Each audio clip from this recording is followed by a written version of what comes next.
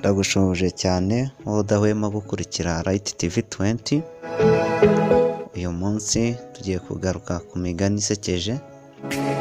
Ni imigani migufi ariko isekeje.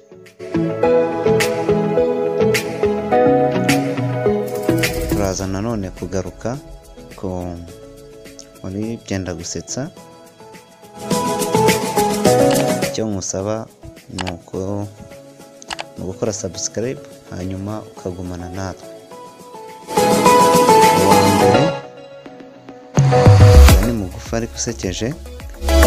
Nubona umugore wicaye nabi atandaraje, ntuzamusabe kubumba amaguru kuko ntuza aho akura akayaga. Wa kabiri, nurota wikora mu nnyo uzabyuka unuka intoki.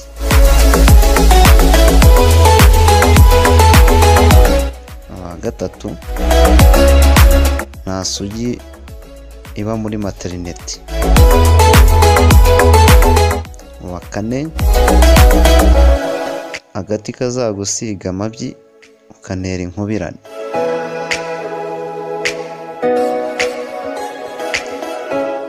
Ukurikiyeho, umunsi umubu uzakudwinga amabya uzabona uburyo bwihuse bwo gukemura ikibazo. Niba ubona imigani migufi igushimishije, wakora subscribe kugira ngo ujye ugumana natwe no kuri notification kugira ngo ujye ubona ubutumwa bukubwira yuko nasizeho video. Ndagira mu kanya tugiye gukurikizaho urwenya cyangwa se byenda gusetsa nayo ntigucike.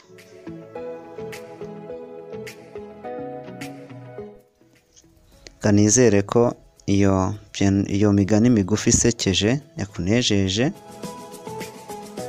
Ndagusaba gukora subscribe kugira ngo ujye ubana natwe muri video zigiye zitandukanye tuzagenda dushyiraho, ukibuka no gukora notification ndetse no kukazogera kugira ngo ujye ubona ubutumwa bukubwira ko twasizeho video. Kadukomeze na byenda gusetsa. George yakundaga umukobwa byo gupfa, gusa akagira ubwoba bwo kumubwira ko amukunda. Nuko George rimwe yikuramo ubwoba amwandikira message agira ati, Mutoni sinyishoboye kuguhisha kuko no gusara ngiye gusara kubera kugutekereza. None ndashaka kukubwira ko ngukunda kandi sinabaho nagufite. Babarira unsubize kuko ubyumva. Unsubize uko ubyumva. Nyuma y'amasegonda make yakira ubutumwa bugufi aribwo message kuri telefone, maze kubera ubwoba yanga kubusoma. Iryo joro yigira inama yo kuza kubusoma mu gitondo abyutse ameze neza mu mutwe. Nuko araryama mu gitondo abyutse asenga Imana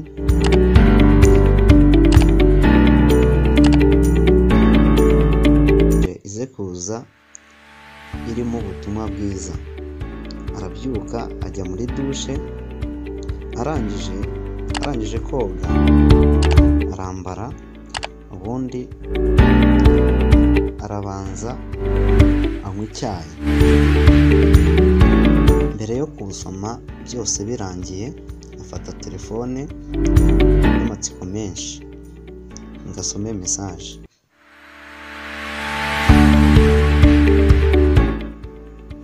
Message uko yavugaga: